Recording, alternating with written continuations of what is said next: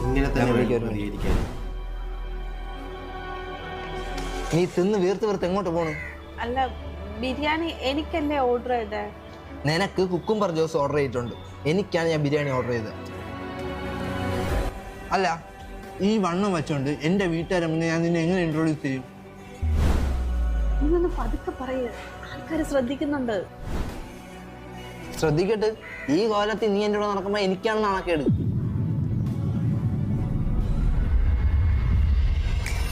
ഒരു വണ്ണം ഒരു കുറ്റമല്ല, അതും പറഞ്ഞ് കളിയാക്കുന്നവരുടെ പ്രതികരിക്കാതിരിക്കുന്നതാണ് കുറ്റം.